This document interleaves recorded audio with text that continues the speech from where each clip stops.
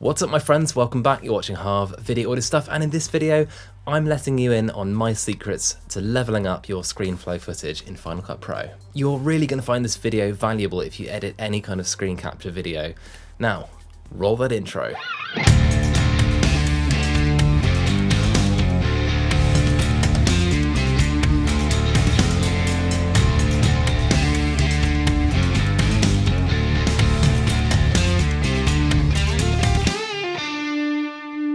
As always, this video is unsponsored and free, so if you do enjoy it or if you find it helpful, let me know by hitting that subscribe button. That is the best way to support the channel. Anyway, enough of this waffle, let's dive in. So there are three things to focus on when ascending your ScreenFlow footage from ordinary to engaging. Number one is movement, to draw the eye and simplify things for the viewer. Number two is any visual aids like added text, arrows, underlines, circles. And number three is timing, so that it feels real time but still stays snappy. I will go through these three things in detail, but first let me show you my method for capturing and then editing ScreenFlow footage. So the program I use to do my ScreenFlows is simply Apple QuickTime. I use it because it works and it's free. Simply right click on the icon and select new screen recording. I make sure that the ScreenFlow is not recording any kind of audio, and that's only because I want to do that after. I'll then go ahead and maximize the screen and do whatever I need to do. Once I finished that, saved it, and then imported it into my project, I'll do my dialogue over the top, and the way to do that is to come up to the menus, select Window, and then come down to where it says Record Voiceover, which will open up the Record Voiceover window. So there we have the basics of it, but really watch on because the key is the secret sauce that I'm going to reveal to you now. My first tip is to focus on keyframing movement in your clips.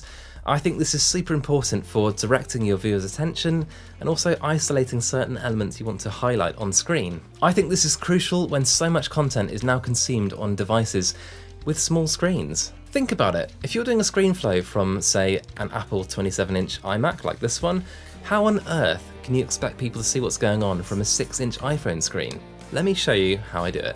This is going to feel a little bit like Inception because I'm going to show you how I keyframed the movement in that last example where I demonstrated opening up the Record Voiceover box. So we do have a ScreenFlow within a ScreenFlow within a ScreenFlow, but it's all going to make sense. So in the ScreenFlow I say to go up to the menu, to select Window and then Record Voiceover. I then drag the Record Voiceover window to the middle of the screen just to demonstrate what it looks like. So to keyframe this, I'm going to position the playhead at the point where my mouse is starting to go up to the top of the screen, then open up the inspector and set keyframes for scale and position. Then I'm going to set my playhead to the point in which my mouse reaches that top menu, and then I'm going to have it zoom in. And that's really just to show you where the mouse is going, what it's clicking on, and of course what you should do. Next, I'm going to click on the transform box so that I can drag my screen and position it as I want it. Remember, we already set a position keyframe, and because we've done that, your clip will follow both the movement and the zoom motions that we've just done here. And here's what that example looked like in full screen. Or of course you can go back to about 1 minute 20 in this video. Next, let me show you a before and after example of the huge impact that movement can have on your ScreenFlow videos. This short clip was taken from my how to grade ARRI Amira footage video, starting with no movement whatsoever. Here we go. Next, I'm going to come up and I'm going to add an instance of color wheels. That's the first place I start with almost every single grade. I'm also going to open up my video scopes, and really the best option for seeing what's going on in our footage is to use waveforms. And here you can see this shot was exposed nice and brightly. You can see that lovely log footage just bunched in the middle with absolutely no compression going on in our highlights or shadows. All I'm going to do for now is just bring the exposure down just a tad to the clip itself. Next, I'm going to come up and I'm going to add an instance of color wheels. That's the first place I start with almost every single grade. I'm also going to open up my video scopes, and really the best option for seeing what's going on in our footage is to use waveforms. And here you can see this shot was exposed nice and brightly. You can see that lovely log footage just bunched in the middle with absolutely no compression going on in our highlights or shadows. All I'm going to do for now is just bring the exposure down just a tad. My second tip is to maximize the visual aids in your clips, like added text or other animated elements. Let me show you a couple of examples. This first example is taken from my review video of Clear Voiceover plugin, and in it I use arrows and circles. Check it out. Control panel, you can see we've got our controls Strength, which dials in the intensity in which Clear VoiceOver will remove those clashing frequencies. Mud removal, which tames those lower mid frequencies. Bass boost, which obviously boosts bass if your music needs it. And then you can tailor the output gain to whatever it needs to be. But before you do any of that, you need to hit the Clear VoiceOver button, which instantly gets to work in removing the problem frequencies. And then later in that video, I used text over the top with more arrows. I didn't do voiceover over this bit because there was music playing, so I didn't want to interrupt that. Any of the purple animations you can see here are from Pixel Film Studios, and the plugin's called ProPoint Hand Drawn. And I also used things like scribbles and underlines, anything to make it more visually appealing. Our third and final measure for making sure your ScreenFlows are attention-grabbing and fun to watch is to pay special attention to the timing and pace of your clips. I already mentioned that I do my ScreenFlow first and then I'll follow with my voiceover afterwards. And this is key because I'll be chopping out any unnecessary bits of the clip, or I'll be slowing things down according to what I say. So in essence, my audio sets the pace for my video.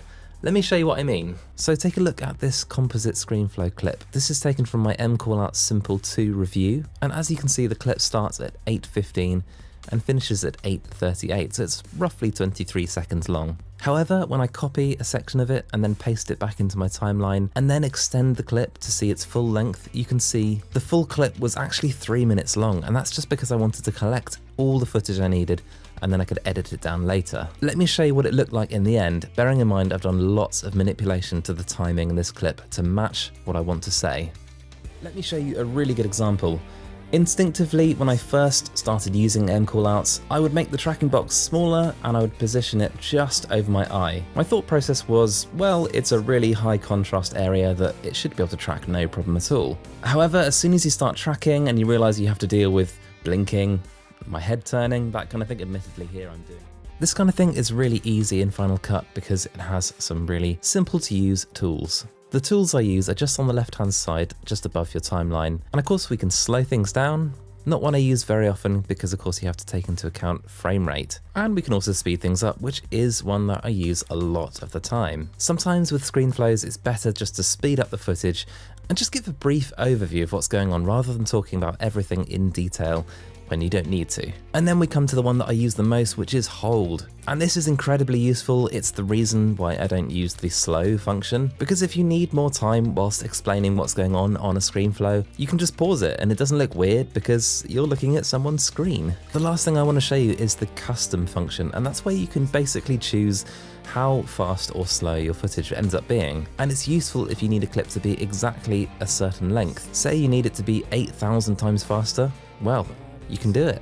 There are also 3 things that I would recommend never doing whilst capturing ScreenFlow, if you can help it. Firstly, never capture ScreenFlow in windowed mode, so that the world can see little glimpses of what your desktop looks like. I see this all the time on YouTube and it just doesn't make sense. So hit that maximize button, hide any clutter that's on your desktop, and keep it looking clean and, more importantly, more private. Secondly, I would really recommend not doing your ScreenFlow and your dialogue at the same time, unless you're really good at it. You've already seen my method where I do them separately, and that's the technique I recommend. I just find that doing them separately lets you concentrate on one thing at a time, and it almost always yields far better results. Thirdly, I would really recommend not leaving your ScreenFlow clips as really long, static clips unless they absolutely have to be. The reason I say this is because they tend to be a little boring, and definitely not as engaging as they could be. The way I see it is this: your viewers' time is precious, so don't give them any reason to want to skip ahead. Those are my tips. Please let me know if you found them helpful in the comments, and let's load them up with any other tips that you guys have. I'm hoping we'll have a treasure trove of knowledge down there and we can all continue to learn. Anyway, that's it. I hope you found this video interesting and helpful. I've got a large back catalogue of videos about videography on this channel, of which YouTube has handpicked this video for you, and the one below is my most recent upload. Until next time, let's help each other out and shoot a better video. See you guys. My body's open. This is because it carries me.